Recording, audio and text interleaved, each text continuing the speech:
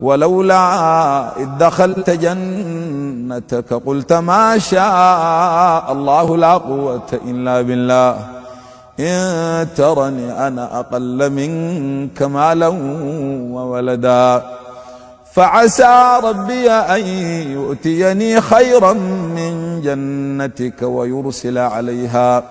ويرسل عليها حسبانا من السماء فتصبح صعيدا زلقا أو يصبح ماؤها غورا فلن تستطيع له طلبا وأحيط بثمره فأصبح يقلب كفيه على ما أنفق فيها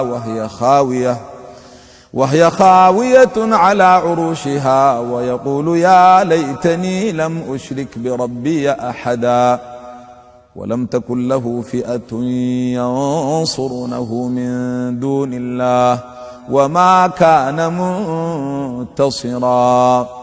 هنالك الولاية لله الحق هو خير ثوابا وخير عقبا واضرب لهم مثل الحياة الدنيا كماء إن أنزلناه من السماء فاختلط به نبات الأرض فأصبح هشيما تذروه الرياح وكان الله على كل شيء مقتدرا المال والبنون زينة الحياة الدنيا والباقيات الصالحات خير عند ربك ثوابا وخير أملا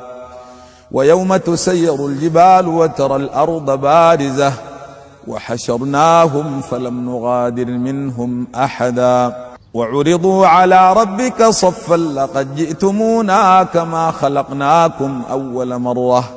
بل زعمتم أن لن نجعل لكم موعدا ووضع الكتاب فترى المجرمين مشفقين مما فيه ويقولون يا ويلتنا ما لهذا الكتاب لا يغادر صغيرة ولا كبيرة إلا أحصاها ووجدوا ما عملوا حاضرا ولا يظلم ربك أحدا وإذ قلنا للملائكة اسجدوا لآدم فسجدوا إلا